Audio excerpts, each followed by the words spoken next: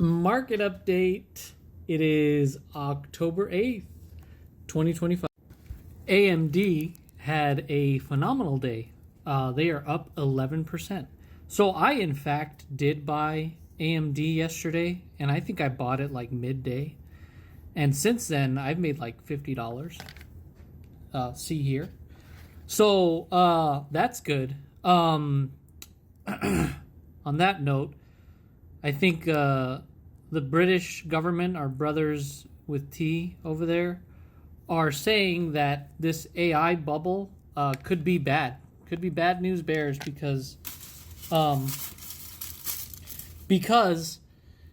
if one of them reports bad news about AI, then they could all collapse. So they're worried that the bubble's gonna pop.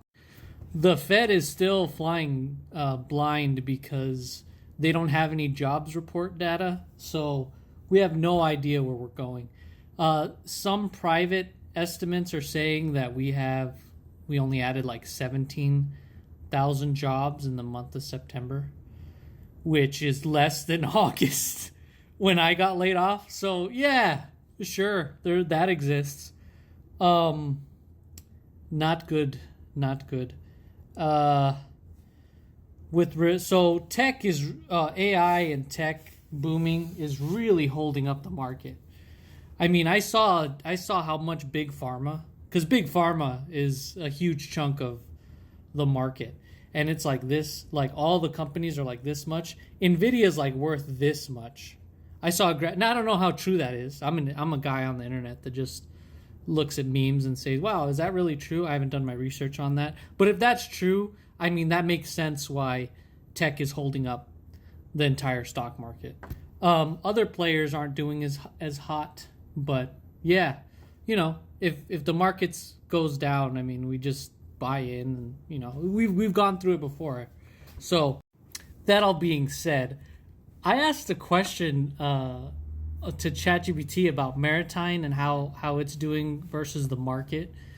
Right now, since there's no government oversight because the government shut down, maritime shipping and tariffs and stuff like that track these packages and stuff and go through all that. They're still operating and looking through the stuff, right, and make sure there's nothing bad getting in the country. But they are backing up, so they might be choked out. Smaller maritime shipping has suffered because of tariffs, because less people are sending stuff from Shanghai to LA. And also, they're taking longer to get their stuff through the ports because there's the government shutdown. Now, I talked about NATO a little bit yesterday, and what Russia is doing is they're testing the skies. They're going into NATO airspace, and they're breaking the rules because they're not supposed to go into NATO airspace, and they're testing responsiveness. They're like probing for weak points. I don't know if that's what you could say. Anyways, Russia doesn't want to cause an escalation, neither does NATO, but they're just like like the Russian bear is poking the NATO alliance. So there's that. They're also trying to bypass sanctions in maritime locations. So in strategic areas where they have shipping lanes, they're trying to surpass sanctions by being real sneaky. And there's this isolationism where the United States used to patrol this type of water and used to really care about people following the rules. And the sentiment has shifted to, well, why do we care so much about other people's affair? America first. That's what people are saying. Not that I agree with it, but that's what's happening. So, yeah, the Russian bear is poking NATO. So that's a thing. Yeah, market update was a big one today. So I hope you guys are doing well.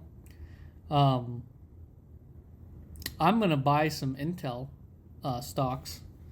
Not that I really should be investing. Well, I guess I don't know. my advice, which isn't financial advice, but would be to just invest slowly every day, right? The cool thing, it felt good buying AMD yesterday and then looking at my phone today and seeing that I made $50 for doing nothing, dude. Doing nothing. Just sitting here at home doing nothing. I'm applying for jobs. I don't think I applied very many today, but I had a couple phone interviews. They're just like, they're not real. They're just like headhunters saying, "Hey, buddy, you available to work?" Anyways, yeah, I'm starting to ramble now, so I'm gonna cut the thing. Talk to you later. Have a good night. See you later tomorrow for another market update.